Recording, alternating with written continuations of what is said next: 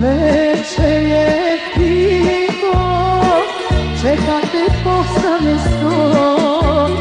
Staro vino, uvijek si volio to, a te